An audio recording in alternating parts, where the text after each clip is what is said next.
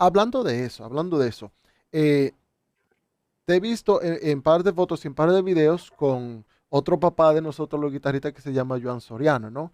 Y Ay, el Duque. sí, el Sí, Duque, ese chamaco, es lo que. Fíjate, yo en mi canal no hablo tanto de la bachata tradicional o de los artistas de la bachata tradicional, ya que hay muchas personas que los están cubriendo y yo trato de tener un balance, ¿no? sí. Y Para que especialmente, se cubra todo, sí. sí, y especialmente en aquellos tiempos, en el 2014, 2015, cuando yo hacía más covers, yo hacía un poquito más de aventura y de Prince Royce. Y muchos de los fanáticos me dejaron saber que yo también tenía que balancearlo todo y que también trae Sí, sí, sí.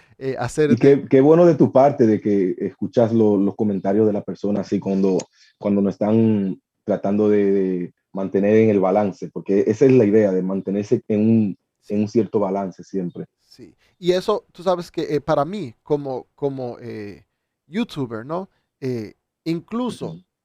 yo lo hice más en aquellos tiempos por el género, porque hablando en términos de views y de popularidad, no solamente en aquellos tiempos, sino ahora, hoy en día, como la bachata es un poco más global, a mí me dan más views hacer un video de Romeo o de Prince Royce que tal vez de Sí, Anthony Santos y de Luis Vargas, pero a la misma vez, ¿sabes? Ya cuando uno pasa esa transición de los 20 a los 30, que uno entonces, no sé si es que se está poniendo viejo o se aprecia la cosa de una forma diferente, pero también yo pienso que es la misión de uno darle luz a esa sección, porque esa sí, sección es parte de la historia.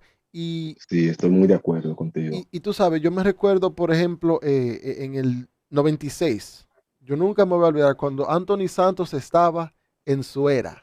No, eso tú no podías salir a ningún lugar. Yo todavía vivía en Santo Domingo, tenía como algunos 7 8 años y eso era Anthony Santos.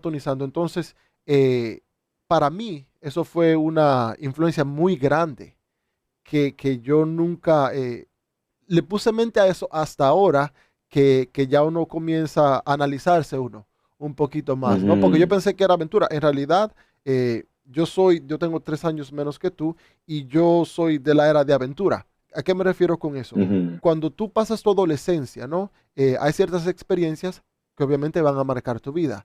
Y por lo usual, los artistas con los que tú escuchas en esa época tienden a tener musicalmente hablando, una influencia muy grande. Entonces, Sí, también con lo que uno más se identifica sí, sí, también como sí, músico. sí. Entonces, nosotros, por ejemplo, somos de la era de aventura, ¿no? Y también, obviamente, depende de la geografía, de donde tú vivas, porque si eso en los Estados Unidos, aventura era la banda no primaria. No quiere decir que los otros artistas no sonaban, porque sí sonaban, pero no, ese era el nuevo movimiento, ¿no? Los hermanos míos que son 7 a 10 años más, un poquito más viejos que nosotros, la de ellos fue la de Anthony Santos, ¿no? La de Anthony Santos, Raulín y Luis Vargas, que fue la de los 90. Sí, Y entonces las personas anteriores, pues fueron los artistas ya de los 80.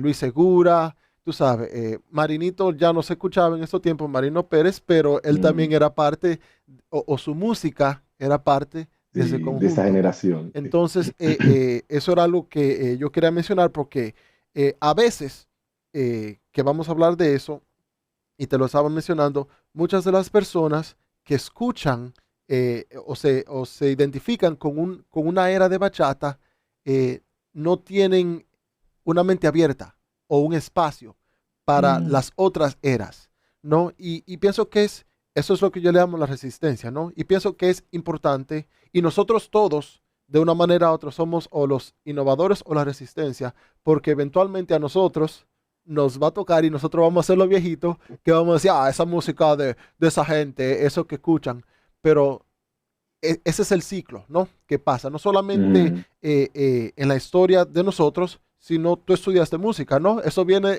a mí, imagínate tú, la sí, música clásica viene de los 1400 y la misma cosa ha pasado en cada exacto. revolución. Y va a seguir pasando esa es la forma progresiva natural de lo que es la música. Siempre va a ir por sus cambios Sí, y salen las ramas como una mata, como claro, un árbol. claro, claro.